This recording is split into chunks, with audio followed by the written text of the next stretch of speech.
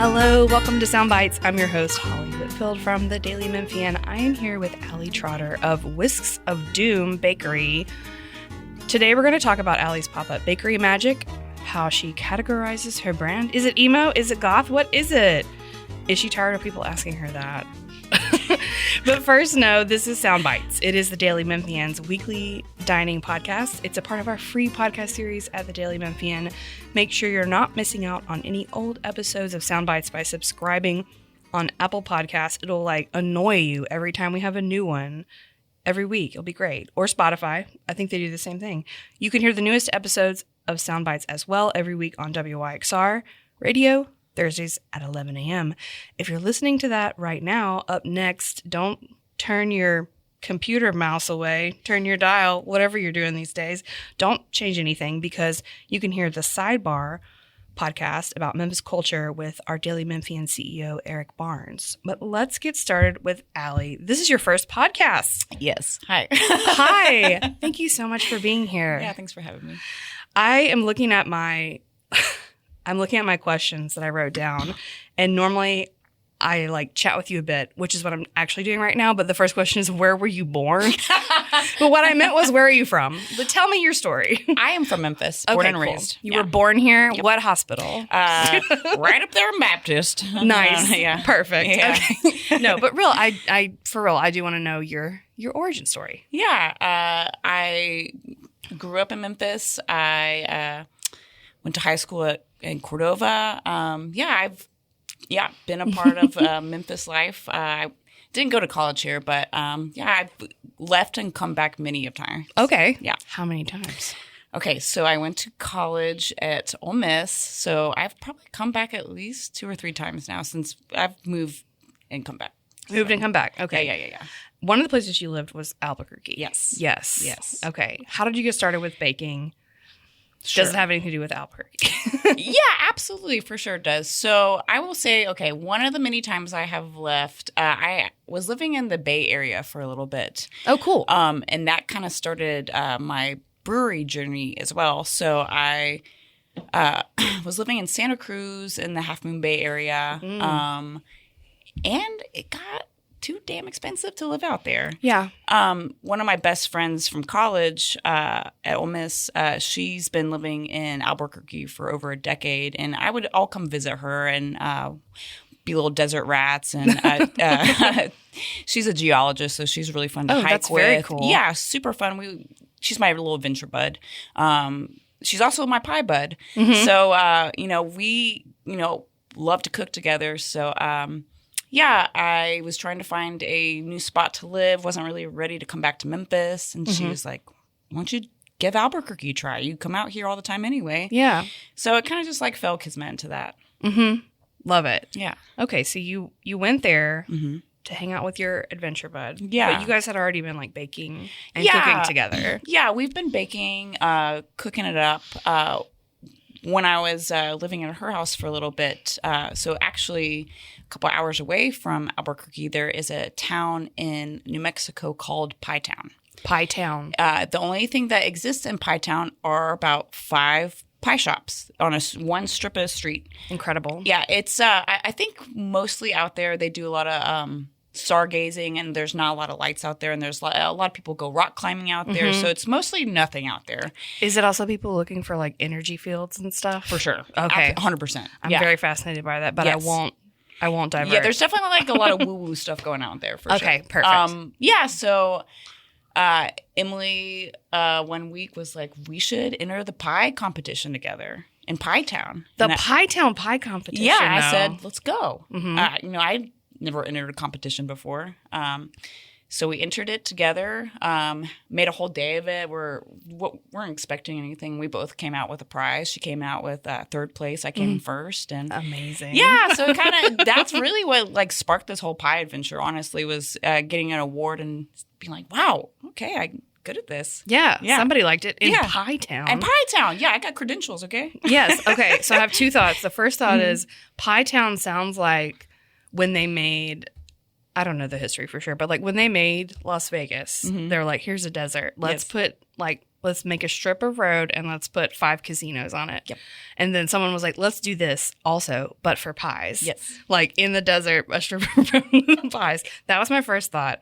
My second thought was, okay, but before you entered the competition, what was the very beginning spark of baking for you? Well, so when I lived in Oxford, Mississippi, I actually one of my first jobs was being a baker. There used to be a cute little bakery down there called Honeybee Bakery. They're not there anymore, but this family, the Adams, Shannon Adams, she really took me on and taught me so much. Got me into baking for weddings. Yeah. I worked there for about 5 or 6 years. I really got my teeth in. So I've been baking my whole life. All my family cooks. We like to eat. We're just a big eating family. So that was my first professional stint at baking. But yes. I've always been a pie gal. From very little. Every Thanksgiving, my mom makes me my own personal pie just for me. And yeah, I've just always liked pie. But is it a personal pie size or is it regular? It's a real pie. It's a whole 9-inch pie just for me. Good for you. Yeah, and that's for mine. So I've always kind of I love crust. I love a crusty dessert. And cake's okay. Cake stresses me out a little bit, but I like to eat it. Okay, why does cake stress you out? Probably from working with weddings. Yeah. There's too much pressure on that cake. A lot of stuff going on. Not me. Baking has too many variables to then also put someone's forever love on top of 100%. It's too much. I feel like pie can be a little. I'm definitely more of a type B baker, which is a funny thing to be. So I feel like I didn't know that existed. It does. Chaos is me. Yeah. I love that. That's amazing. Okay. Yeah. Well, let's then. Okay, so you came back to Memphis. Yes, came back to Memphis. Let's talk about Whisk of Doom. So I guess, let's see. You can put in some sort of weird orchestral vampire music there if you want. Maybe so. I think you can just imagine it, listener. Just imagine. I think Whisk of Doom really came out in Albuquerque right after I won that contest. Yeah. I'm a heavy metal gal at heart. I was going to ask you. Yeah, so I would say the question you introduced this episode with, not goth, not emo. I'm a metalhead for sure. Okay, cool. Grew up loving Metallica. My dad definitely inspired a lot of this. Grew up in Memphis going to shows ever since I've been 15. Went to the skate park in Memphis. Went to the complex. I've always just been a little showgirl. Not burlesque showgirl, but that's another story. But so I've always I can't play any instruments, so I've always wanted to be in a band or wanted to have that kind of that vibe about me. So I made Whisks of Doom, and I was like, well, I will make this as as metal as I can. This will be if I was in a band. Yeah. So I but pies, specifically pies, and not really sure how I thought about that name, but I know the logos, all my artwork. I just use people I really admire and like. A lot of them are tattoo artists. Yeah.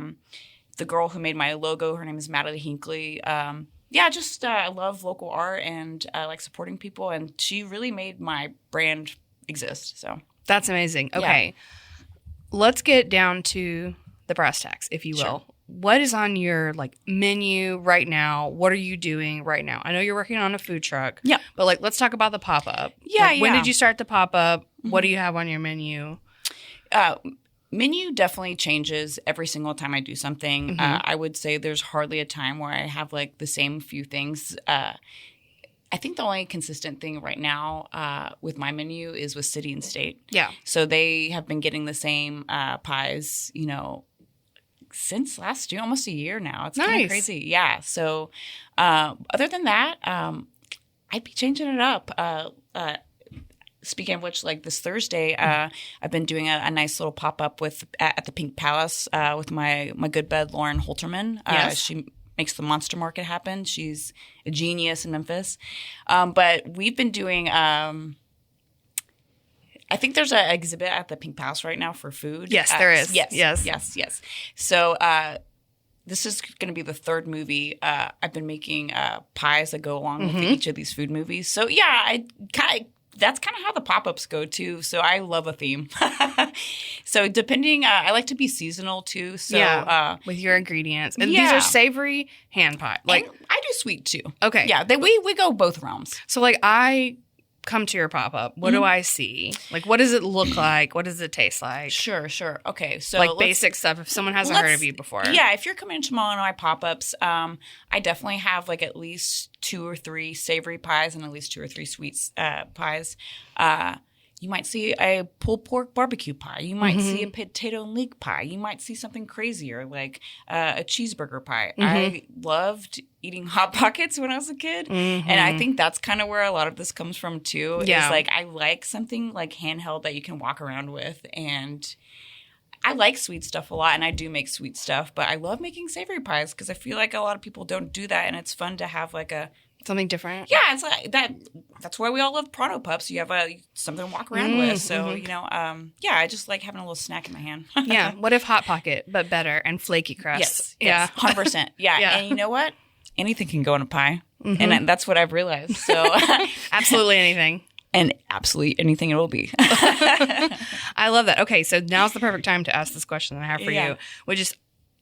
You say now you do some sweet, but I feel like it's been mostly savory with your pop-ups. Yeah. But are you a savory or a sweet person?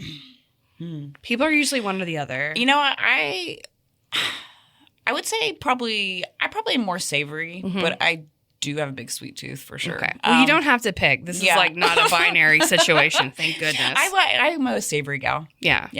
I was definitely a sweet gal with a big sweet tooth when I was younger. Yeah. Like I would eat like a spoonful of powdered sugar when I was a child. What's that about? I don't know. Someone stop me. Now I'm much more like a savory appreciator. Yeah. So no, I love that. Okay. So when you won this Pie Town contest, that was kind of like the spark. But how did you get off the ground? You mentioned family. Yeah. So kind of getting off the ground. So when I went to go do this competition in Pie Town, I actually was working at Whole Foods at the time, and I hated working there so bad. I was no. sorry Whole Foods in Albuquerque. I was rolling burritos there. Wasn't really my bag, so I that is not what I thought you were going to say that you did there. So I was rolling burritos there, and I hated my job, and Emily wanted me to go to this baking competition. I called in to work that day. And when I was living out west, a little bit further out west in California, I had started working in beer, and that's where I really wanted to, wind back up. So Whole Foods wasn't really – it was just more like a stepping stone. So I called in, didn't go to my job that day, wound up winning first place. And also that day I got a call back to another brewery. So it kind of all fell in my lap, and I was like, I'm not going to my job this day, and this is going to happen. No more burritos. Yes, no. Have you rolled a burrito since? I love burritos. I make them all the time, actually. Okay, so yes, but yes. for yourself. Yeah, I used to know back in the day, like a lot of people who were really talented, like servers and like chefs and stuff that got their start at Whole Foods and everything, but rolling burritos was never one of theirs. They were like a cheesemonger or a baker or whatever. So I I got where I was going with that was the brewery scene has really that's kind of what really upstart my business. I was working at a brewery out there called La Cumbre, and I started making these pies, and I would bring them to work to some of my regulars. Yeah. And we would have markets up at the brewery all the time. Of course, and my boss was like, you should just pop up and do something. I was like, I should. And that kind of all started there. I would do little pop-ups there, go to some of the other breweries, some of the coffee shops. Yeah. And that's kind of the model you've kept in Memphis. Because you're at Wiseacre. I am. Yeah, I am still at Wiseacre. Yeah, it'll be 8 years in October. Amazing. Yeah. Yeah. What do you do at Wiseacre? I am the assistant manager at the Broad location. Okay. So I mostly in the tap room, but I am forklift certified, okay? Okay. That's incredible. Yeah. What do you have to do to get forklift certified? Oh, you have to go through a class and pick up a pallet and set it down. Some other things. I want to do it. Yeah, it's pretty fun. I don't know why, but I just feel like I would feel better about myself when I woke up in the morning if I was like, you know what? Like Allie, I'm forklift certified. It's pretty fun to say. We both have tucked our hair behind our ear when we did that. You can't see it yet. Okay, so that's what you're doing at Wiseacre. Yeah. Tell me about your week. Yeah. Your week. Start on Monday. What are you doing? It's Monday. Thankfully, Sundays and Mondays I have off, so this is my weekend. Usually Mondays I am doing like boring stuff for the business. I'm sending out invoices. Yeah. I'm making lists. I'm seeing what our production is for the week. What do I need to do? What have I agreed to that I've probably forgotten about? So yeah, it's kind of getting ready for the week. We'll do a lot of prep Tuesdays and Wednesdays at the kitchen. Yes. The kitchen co-op. Yeah, and then my beer life kind of starts Tuesday through Saturday. So it's a lot of mingling and balance things all the time. Okay, you say we. Oh, yeah. Yes. Yes. Who is the we? Me, we is my father and I. Yes. What is your dad's name? My dad's name is Tony. He is the other half of Whisk of Doom. He doesn't get as much spotlight as I do sometimes, but he's definitely there with me almost all the time. I love that. So Yeah. in February, our food writer Ellen Chamberlain wrote a really great story about you and about your background. And Yeah. we've kind of covered some of the same territory in this interview, but she talks a lot about your dad, and so Yeah. it's really good. But we're gonna keep going. We're gonna go beyond this time. Okay. So in this story, she talked about your dad and how, you know, like you just said, he's the other half of Whisks of Doom, but he also is involved in the barbecue and hot wing scene in Memphis. Yeah. And we have the championships, we have the contests. Yeah. What does he do for that, and how involved are you in his stuff? So for both of these things, he's our hot wing guy. Yeah. So this weekend there's the hot wing festival on Saturday. So he has his own situation. So I'm kind of like his right hand man. Okay. So he's kind of like more of the boss on that side of things. Yes. So I'll just run all the stupid errands. If he needs something breaded, Yeah. if he needs me to drop something, if he needs me to make a sauce, moral support, Yeah. loading in at like 6 a.m. Yeah. So I'm glad he has that kind of thing he likes to do too. What is his team? Can you tell us? My dad's wing team is called the Wing Dispensary. So it's kind of a little funny like pot joke. His Yes. like his logo is really representative of that as well. That's cute. Yeah. So we compete at the Wing Dispensary, and for Barbecue Fest, he competes with his fraternity brothers. Okay. Very cool. Yeah. I was sort of on a hot wing team one year. But I was like front of house. Like they put me with a friend, and we were the ones that were handing out the samples and collecting the donations, Now, right? That's what my sister does. Uh-huh. So she does help with that as well. She has more of she's a nanny, so she can't really get out and do as much stuff with us as we'd like, but she loves doing that. We call her the carnival barker. She's so Perfect. good. She's great at getting people to get samples and collecting money for that. So it's the World Championship Hot Wing Contest and Festival. I think I got that full name right. Yeah. And it benefits Ronald McDonald House. So Yes. you go to the festival, you get a wing, you pay $1 or $2 or $3 or $5, depending on how good your carnival barker is. And you do that. Okay, so Yeah. that's really cool. And he does Yeah. barbecue as well. But people may or may not know that the World Championship Barbecue Cooking Contest, Memphis in May thing, we all call Barbecue Fest. Yes. Obviously, does have a hot wing category. Yes. Yeah. It's like people don't necessarily know that Yeah. because they go hand in hand. Yeah. So, and we do cook, a lot of barbecue at the house, but competitively, he's just a hot wing guy. Got it. Yep. Okay. That's interesting. So Yeah. you have like a smoker set up? Oh Or? my God. We have every toy, everything. Ooh. Yeah. What else? You have a pizza oven? Yes. What? Yes, we do. Yeah. Yeah. Tell me about the pizza oven. It's pretty cool. We make pizzas like once a week. You should come over. I might actually do that. I got a pizza oven that goes on my gas grill, and it's like it's supposed to make it really, really hot. And I'm like telling my boyfriend, I'm like, I think it's too hot. Yeah. Like, I think the pizza is on fire. And he's like, no, it has to get really hot so it's crispy. I'm like, the jar. It does, but it might be too hot. Anyways, we are just starting on that journey. I always talk about it, and I really appreciate you telling me that. That's amazing. Okay. Yeah. What is we're going to get back Okay. to the pies. What is your favorite flavor? Ooh, let's see. Good question. Favorite flavor? I really like making one of my inspirations from Pie Town when I went to compete there. So in New Mexico, chili is everywhere. Yes. Green chili, red chili. You can't escape it. I love it. Some people don't. I'm a spice head. But one of the first times I had such a unique pie was in Pie Town, and they had a green chili apple pie. So I have taken that home with me, and I love to make that because it really reminds me of being back there, and I miss it really dearly. What kind of apples?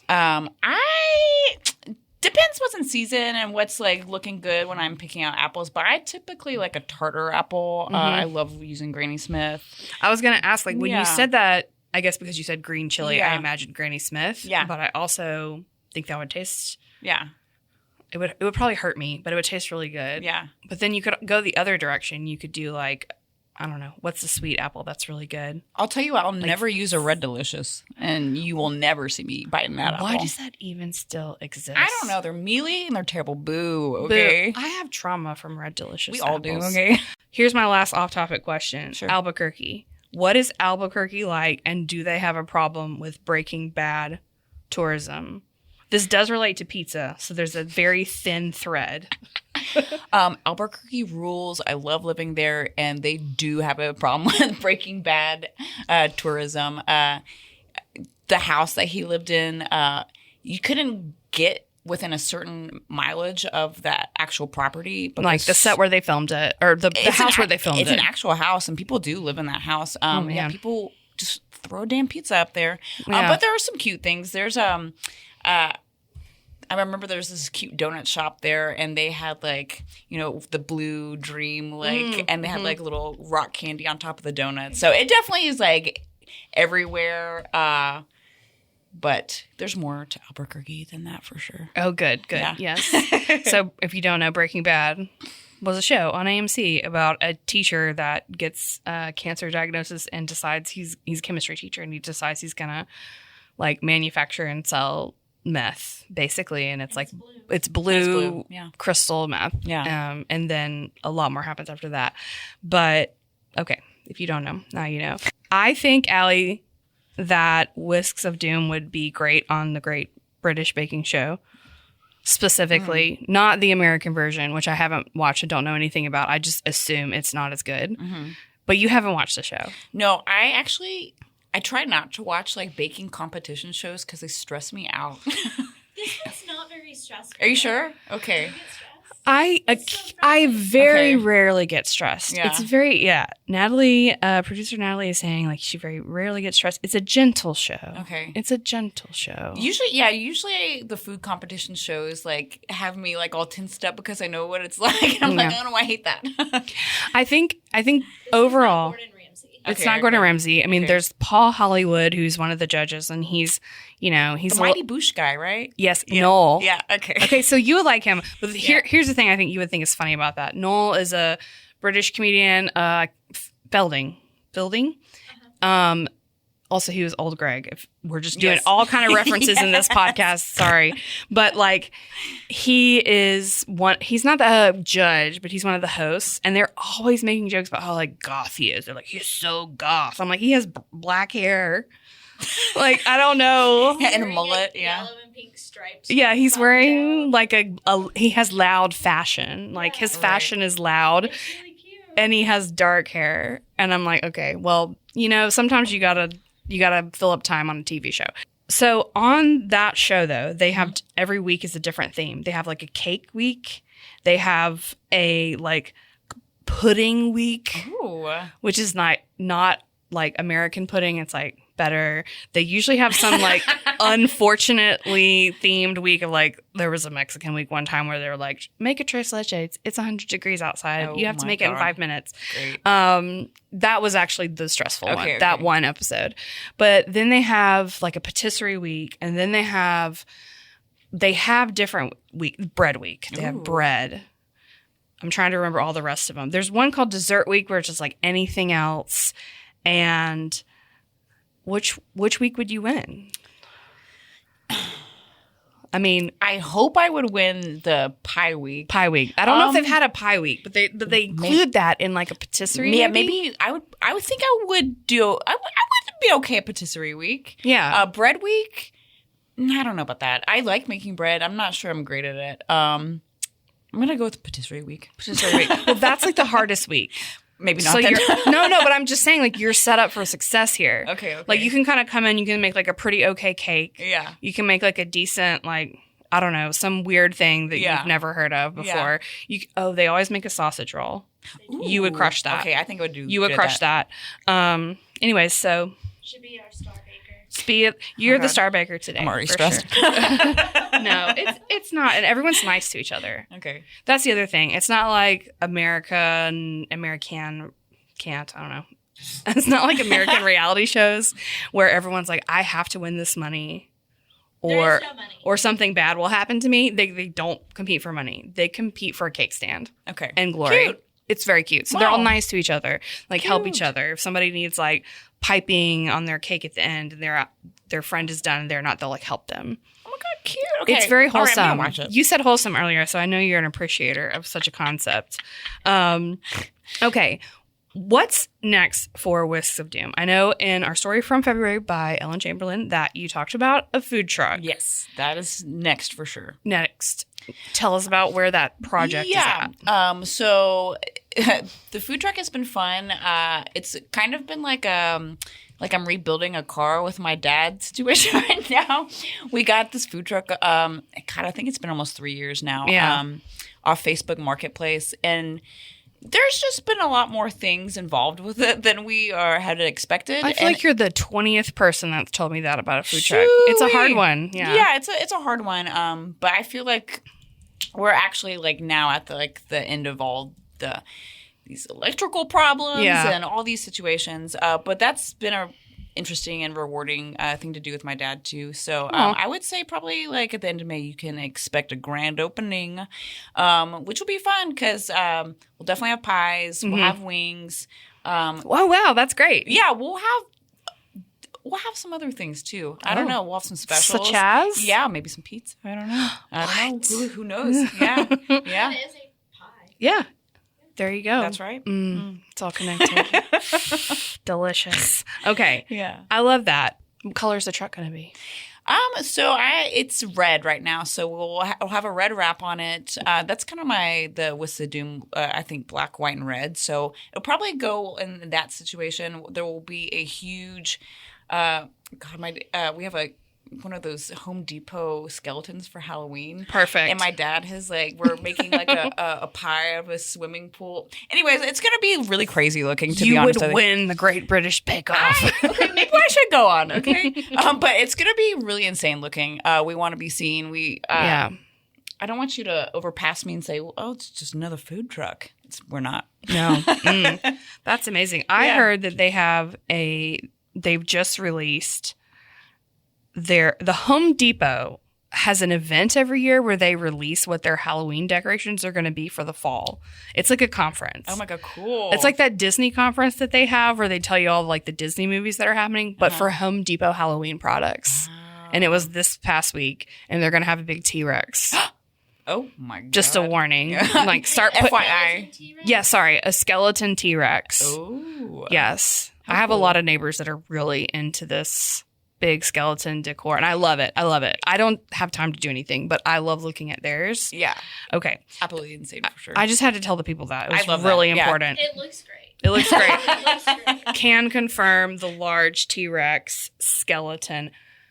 Hell yeah, that rules. My neighbors have a really funny plan. Okay, this is going to be great. Let's get back to the questions that I ask everyone that comes on the Soundbites podcast with me, Holly Whitfield, your host, here with Allie Trotter from Whisks of Doom Bakery, which you can get on the weekends at City and State and Wiseacre. Okay, great. So where do you go out when you go out of Memphis? Eat, drink, dinner, baking, anything. Okay. What are your favorite spots, your recommendations? Yeah, I definitely am like a creature of habit. I love Broad Avenue, so I don't really go super far from there often. I love the Cove. I'm there a lot after work sometimes.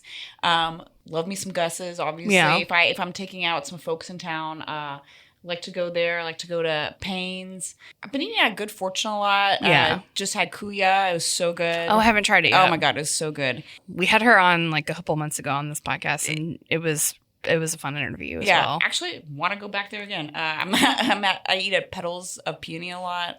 Every single person that comes on this podcast says that. What is your order? Okay, Every other person at least. Yeah. Every foodie. I would say I usually get Dan noodles and the crispy Szechuan chicken, the little chickeny bite. Oh, that is so good. Yeah. It's Okay. good. I'm taking notes. It's good. Okay. What do you think is the most underrated restaurant in Memphis? And it could be any part of it. It can just be like the food is really good or the place is really cool. It doesn't have to be like a whole package kind of deal. Because I'm thinking of the underrated restaurant that I have in my mind. Crumpy's. Crumpy's. I think it's a little underrated because it's delicious and it should be a landmark. It's so good. Yeah. Yeah. Maybe we'll make it a landmark. I'm obsessed with hot wings. Jeez. Okay, where else do you get good wings? Because I was talking about this with someone. Was it on the podcast? If not, it was in real life. And it was about like, well, we used to have this.